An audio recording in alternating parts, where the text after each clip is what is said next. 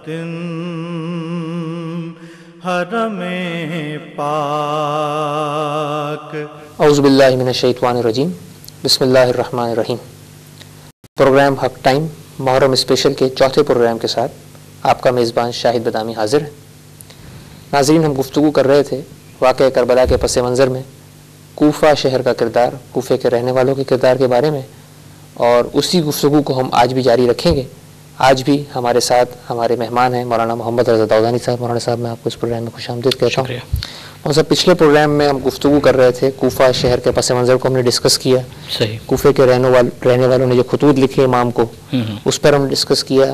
امام کے ریئیکشن میں جناب مسلم عقیل جو ہیں وہ کوفے گئے، اور کوفے میں اب جناب مسلم عقیل نے اپنی ایک طریقے سے ایکٹیویٹیز کے طور پر لوگ ملنے آ رہے ہیں، اور وہاں پر اور جناب مسلم جو ہیں انہوں نے لوگوں کو وہاں پر آبزرو کیا، اور اس کے بعد ایک خط لکھا امام حسین کے نام کے تائید میں کہ بھئی یہاں کے لوگ جی ہاں ایسے حالات جو ہیں وہ سازگار نظر آ رہے ہیں بظاہر۔ ٹھیک۔ ہم بات یہ کر رہے تھے کہ یہ جو تمام صورتحال کوفے کے اندر بن رہی تھی، اس وقت جو ہے وہ اس صورتحال میں جو کوفے کی جو گورنمنٹ تھی یا کوفے کے جو گورنر تھے ان کا کیا ریئیکشن تھا، ان کا کیا کردار تھا، اس پر ہم گفتگو کر رہے تھے۔ تو میں چاہوں گا کہ اس کو تھوڑا سا آپ روشنی ڈالیں اس کے اوپر۔ صحیح۔ بسم اللہ الرحمن الرحیم۔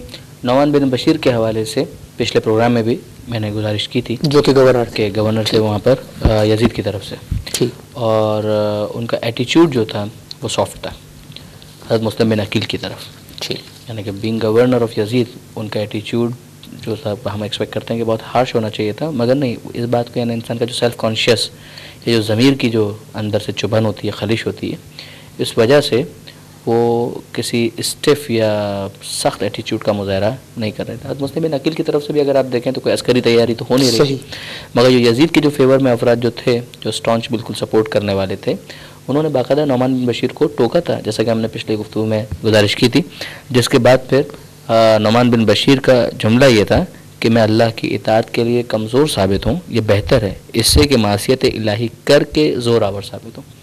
یعنی وہ سمجھ رہے تھے کہ حضرت مسلم بن عقیل کے خلاف کوئی اقدام کرنا گویا امام حسین کی طرف خلاف اقدام کرنا ہے، اور یہ گویا معصیت الہی ہے۔ اچھا، اب اس کا نتیجہ کیا ہوا کہ باقاعدہ ان افراد نے یزید کو اطلاع دی، خط لکھے کہ یہ جو علاقہ کوفے کا ہے وہاں پر مسلم بن عقیل آئے ہوئے ہیں اور وہ لوگوں سے رابطہ کر رہے ہیں، اور نعمان بن بشیر کا جو ایٹیچیوڈ ہے بہت سافٹ ہے۔ تو اب اس موقع پر یزید جو تھا وہ بہت سٹ پٹایا، پریشان ہوا کہ کیا کرنا چاہیے، اور at that point of time یہ تو طے ہو گیا کہ نعمان بن بشیر کو معزول کرنا ہے۔ تو یزید کو کیا ویسے اطلاع نہیں تھی کہ جناب مسلم عقیل جو ہے وہ یہ اسی طریقے سے ہوگی نا، اسی طریقے سے، یعنی جو جاسوس ہوں گے انہی کے ذریعے سے پتہ چلے گا نا، یا تو ان کا گورنر بتائے نعمان بن بشیر، یا تو وہ بتائے، اور یا پھر اب نعمان بن بشیر کا ہی اگر سافٹ ایٹیچیوڈ ہے تو دوسرے جاسوس جو ہوں گے وہ بتائیں گے۔ تو یہی تو ہوا کہ دوسرے افراد نے بتایا، انفارم کیا، اور یزید نے اس پر جو ریئیکشن شو کیا وہ تھا کہ ایک تو طے کہ نعمان بن بشیر کو تو معزول کرنا ہے۔ اچھا، اب سوال یہ پیدا ہوتا ہے کہ اس کی جگہ ریپلیس کون کرے گا، اس کی جگہ پر کس کو لایا جائے گا۔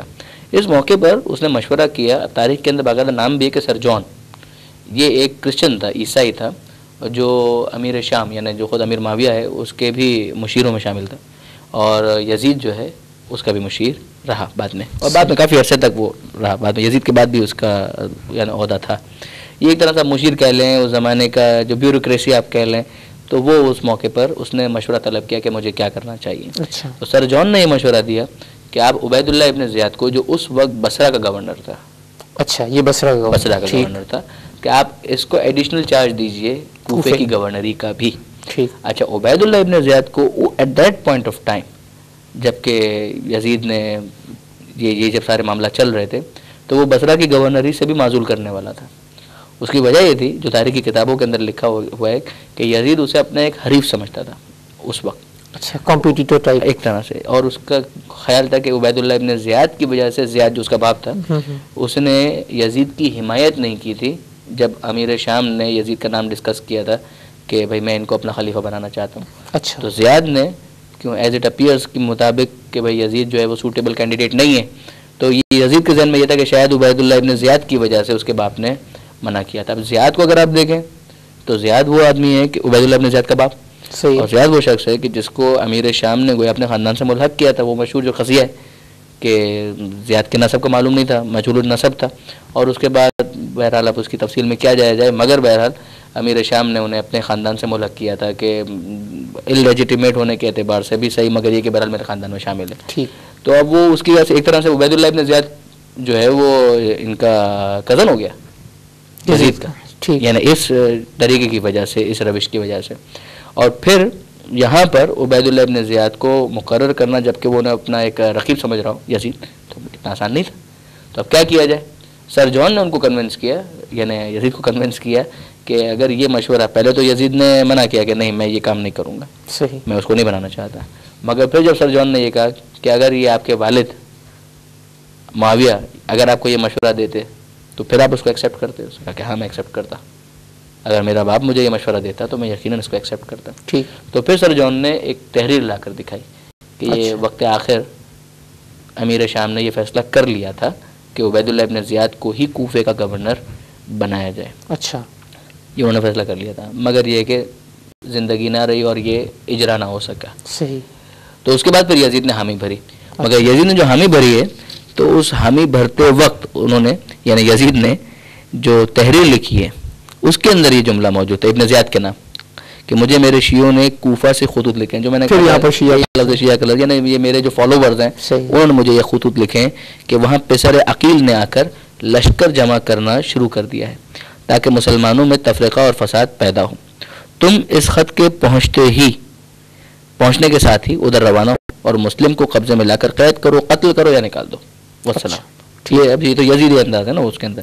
اچھا، اسی خط کو ایک اور مورخ نے جو لکھا ہے وہ تھوڑا سا تفصیل کے ساتھ لکھا ہے، جس میں ابن زیاد کے لیے بھی ایک دھمکی موجود ہے.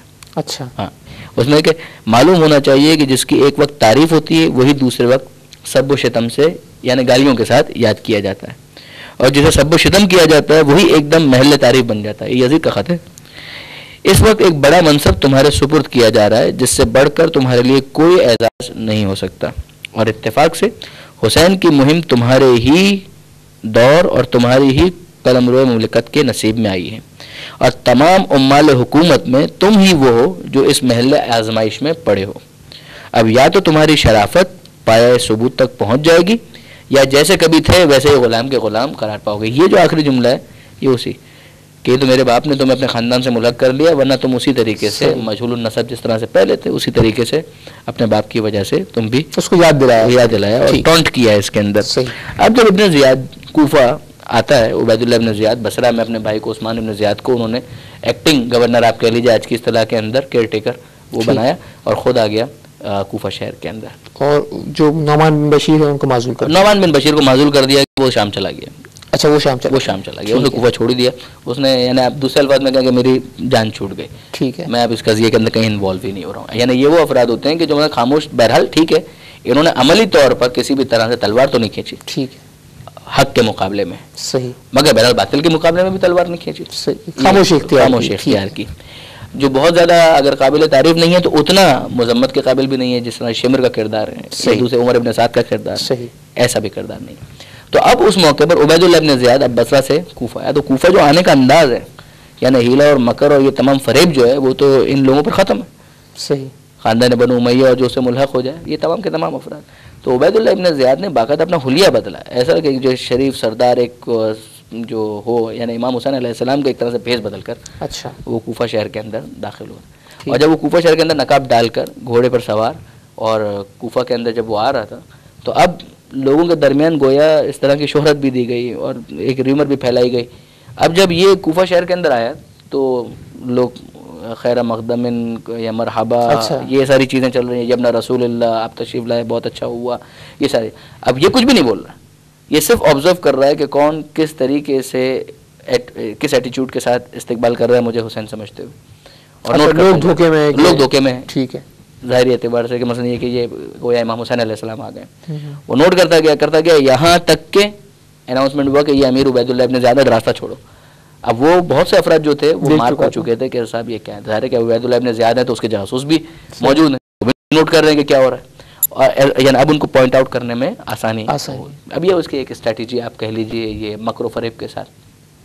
اس کے بعد اس نے تقریر کی اور یہ کہا کہ مثلا یہ جو ہو رہا ہے سب غلط ہو رہا ہے، اور مسلم عقیل کو آئی ول ٹریٹ آنی ہاتھوں کے ساتھ نپٹا جائے گا، جو ہم اسٹیٹمنٹس دیکھتے ہیں وہ کیا جائے گا. اب اس موقع پر جناب مسلم بن عقیل نے محسوس کیا کہ اب مجھے اپنی جگہ تبدیل کرنی پڑے گی. حضرت مسلم بن عقیل بھی کوفے کے اندر ہی ہیں اور وہی مختار جناب مختار کے گھر پر ہیں. جناب Mukhtar at that point of time Kufa کے اندر نہیں تھے. کسی کام سے گئے ہوئے تھے کوفہ سے باہر, شاید اپنے زمینداری ہی کے کسی کام سے گئے ہوئے تھے. اس موقع پر حضرت مسلم بن عقیل نے انتخاب کیا حضرت ہانی بن عروہ کا. اگر آپ نوٹ کریں حضرت ہانی بن عروہ کا تذکرہ بھی زیارتوں کے اندر آتا ہے جناب مسلم بن عقیل کے ساتھ ساتھ. تو یہ جناب ہانی بن عروہ جو ہیں ان کا قبیلہ بھی کافی بڑا تھا, قبیلہ مزہج. وہاں ان کے گھر پر انہوں نے پناہ دی حضرت مسلم بن عقیل نے. حضرت ہانی بہت بوڑھے انسان, ضعیف انسان ہے, مگر ایک اپروچ ہے, ایک سے ہے, ایک معاشرے کے اندر ایک وقار ہے. ان کے گھر پر آ کر پناہ گزین ہو گئے. وہ عاشق حسین ہے, وہ امام حسین علیہ السلام سے محبت بھی کرنے والے ہیں. اب جناب ہانی کے گھر پر جب یہ پناہ گزین ہوئے اور پناہ انہوں نے لی ہے تو اب ساری ایکٹیویٹیز جتنی بھی ہو رہی ہیں مخفی طور پر ہو رہی ہیں. عبید اللہ ابن زیاد نے تو اپنی اسپیچ کے اندر اناؤنس کر دیا ہے کہ قتل کیا جائے گا اور شک کی بنیاد پر قتل کر دیا جائے گا. اور باقاعدہ یعنی پھر تو یہ ہے کہ جو مختار محلے کی ایک پوسٹ ہوتی ہے مختار محلہ, یعنی جس طرح سے ہمارے یہاں میونسپل کمیٹیز وغیرہ ہوتی ہیں اور ناظم اور نائب ناظم اس ٹائپ کا, تو اس زمانے میں یہ سلسلہ تھا جو بعد میں بھی کافی عرصے تک رہا کہ مختار محلہ, کہ جس کا کام یہ ہے کہ ساری مردم شماری اس کے پاس ہوگی. کوئی پیدا ہوتا ہے تو اس کی انفارمیشن وہاں پر آئے گی, اگر کسی کا انتقال ہوتا ہے تو انفارمیشن اس کے پاس آئے گی. اور یہ ہر محلے کا الگ ہوتا تھا مختار محلہ.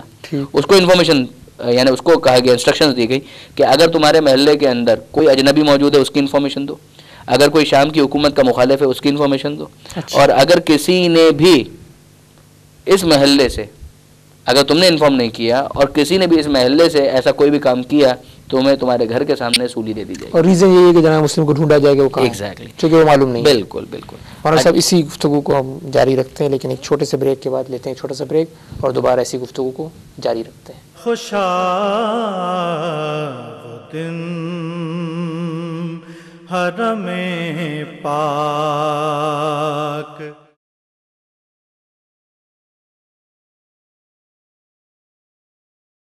خوشا وہ دن حرم پاک. پروگرام حق ٹائم محرم اسپیشل کے چوتھے پروگرام میں ہم آپ کو ایک دفعہ پھر خوش آمدید کہتے ہیں.